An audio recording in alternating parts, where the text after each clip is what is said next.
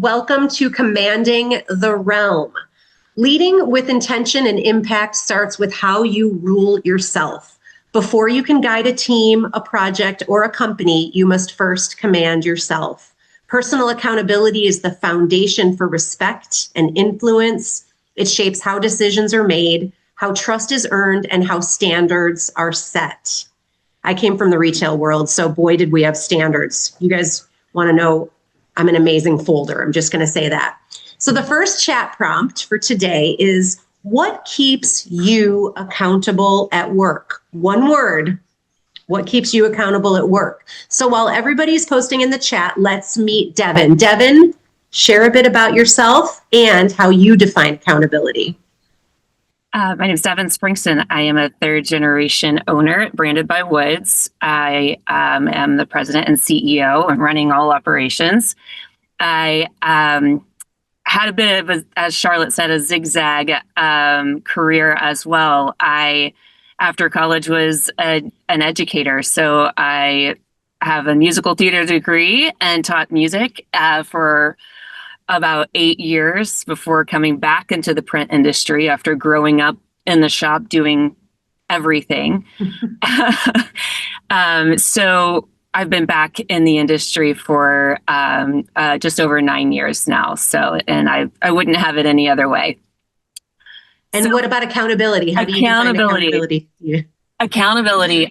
So for us and our organization, I think we seek to try to hold one another accountable by making sure we're upholding standards across the team and really functioning as a unit. So I think that's been a big shift over the last couple of years since I have really taken over everything at the company. I don't know that was always viewed as something that was shared. It was a bit more top down, like not sure how to describe it, but it was not conducive of a team atmosphere and accountability to one another. That top down, before you even said it, that's what popped into my head, because I think those of us who've been around a while are very, very familiar with that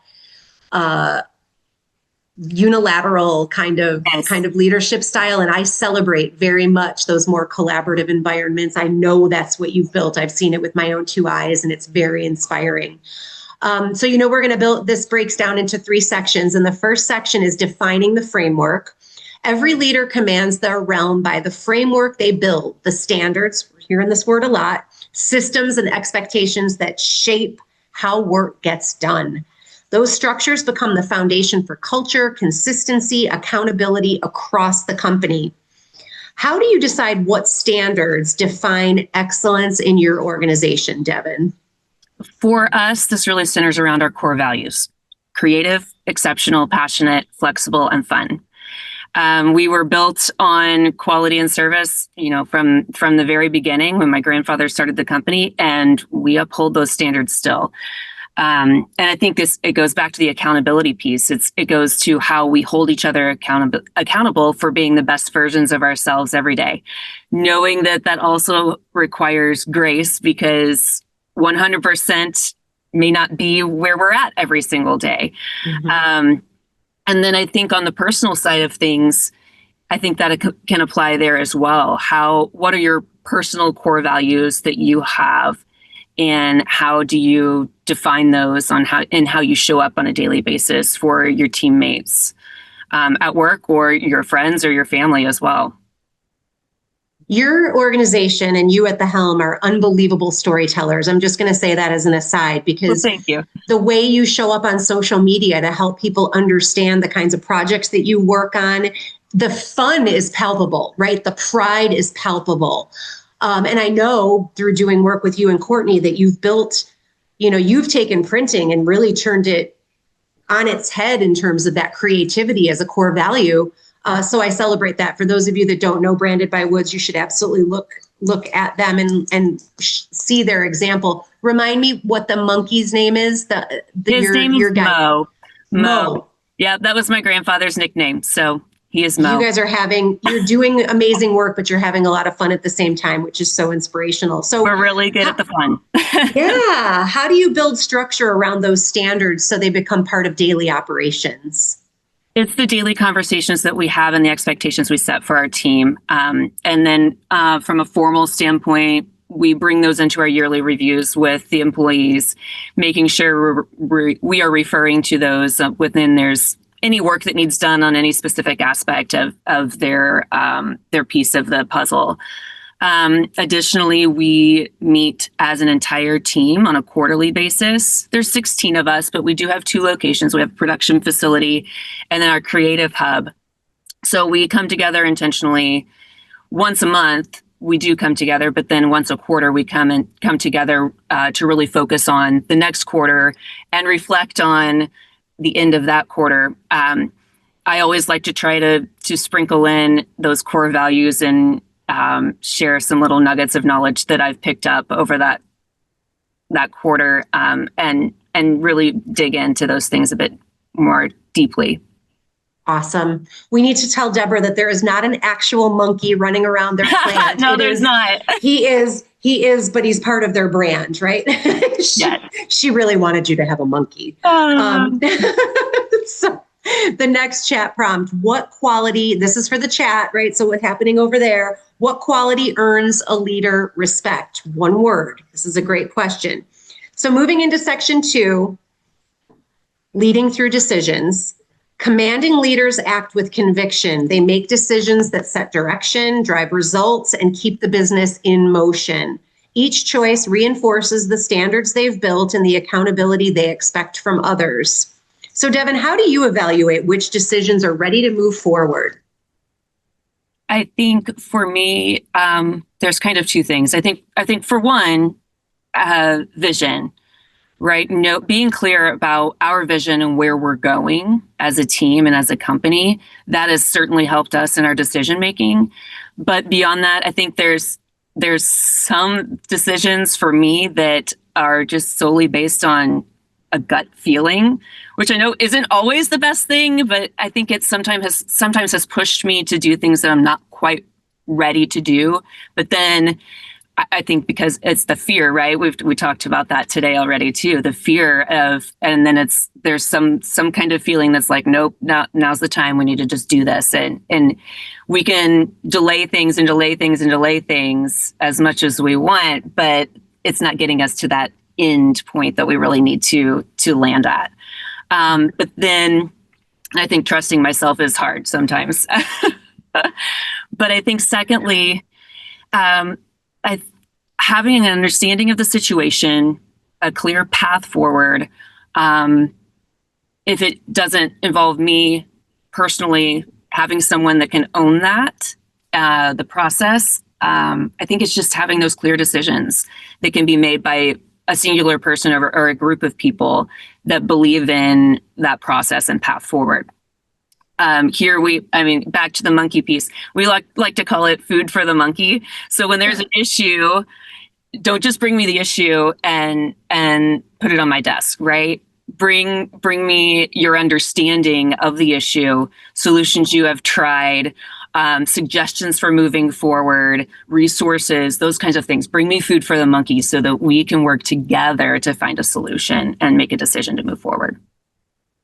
And that's a fantastically empowering process that you've, and again, I'm just thinking clarity. You're being so clear about how to do things, like how we do it here. Is that food for the monkey thing is like a real lightning bolt moment for me. So, and I feel like we're sharing a brain, because before you said gut, I was thinking gut, right?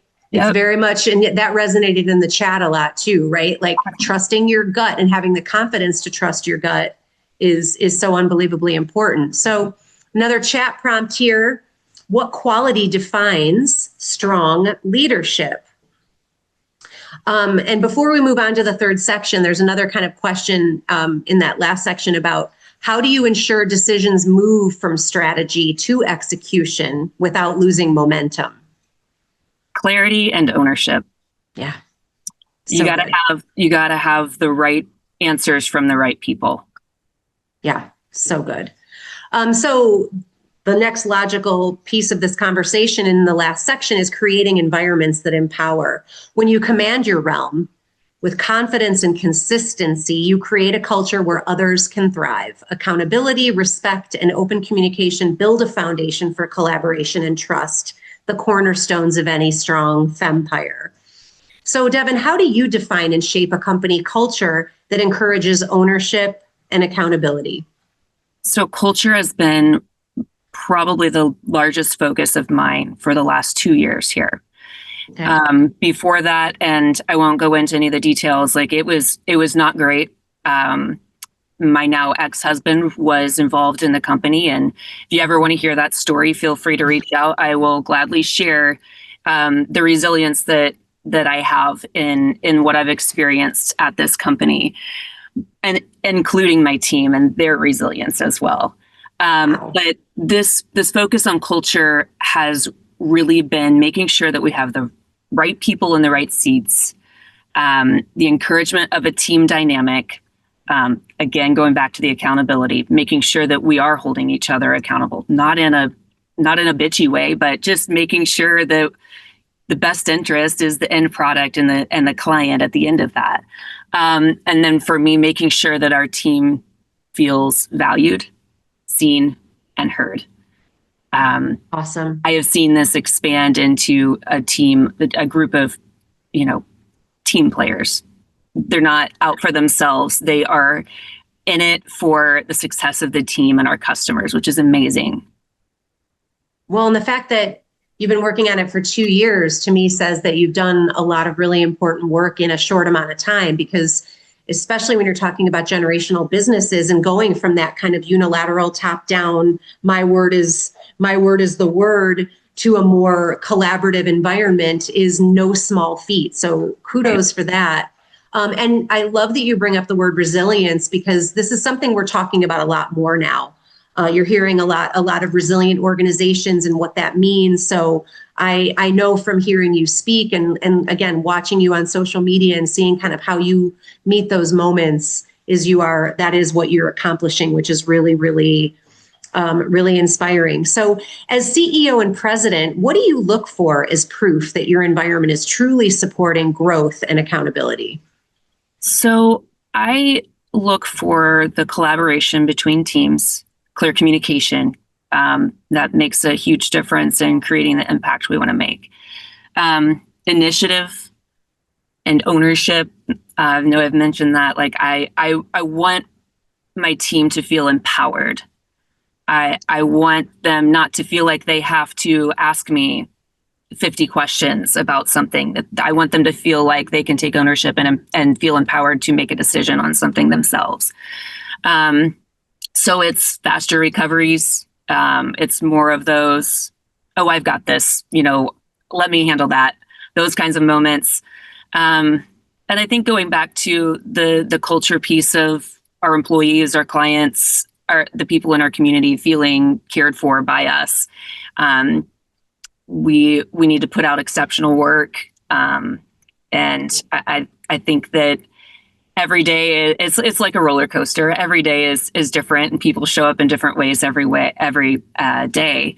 But I think, just this week, we had an employee review, and I got a little choked up when speaking to her because it was someone that has been in the industry and been at our company for a very long time, who I respect. And I have seen her grow so much in the last 2 years in taking initiative and ownership and bringing ideas to the table. It was amazing. And so I think those are those moments where I'm like, okay, this is how I know that our environment that we've created is doing its job. We are creating more leaders. We are creating a space where people feel safe. It sounds like that's your proof, right? That resilience and that empowerment, even for somebody who's been in the industry a really long time, to see that growth, it's unbelievably gratifying, right? To see Absolutely. Growth at any age, at any stage, at any level, that people who are open and who seek to constantly give me, I'm all novel experiences, teach me something new. I want to grow, but being able to do that organizationally and institutionally is that's next level. So that's really, really impressive. So another chat prompt for the group here. What quality makes a workplace feel empowering to you? That's going to be a really fun one to hear about. So to wrap this up, that went really, really quickly, although we do have a little bit more time. So let me make sure that I didn't skip anything, or if there's anything more we want to dig into here, because I feel like that went by just really, really fast. Commanding your realm isn't about authority. It's about alignment. When your actions match your values and your decisions reflect your integrity, you lead by example and inspire others to do the same. That's how you rule with impact, intention, and purpose. So that's kind of the final statement. And then the final chat prompt is one word. What will you do this week to strengthen how you lead yourself? So Devin, I don't know if you have any final words on that last statement, but again, to me, every word you've said here makes it very clear that in terms of commanding your realm, you've built an organization that is resilient and dynamic and focused. Anything else you want to add? I don't think so. I think it speaks to the people who I have here at my team with the outward impressions that I hear. They have been a rock for me, and I truly could not do this without all of them stepping up in all kinds of ways. So I think it's been really cool to see the shift in the organization and how we've all kind of come together. I mean, and it's no small feat to it's almost like you snatched it back from the jaws of some kind of disaster by making that change. So it's really, truly inspirational.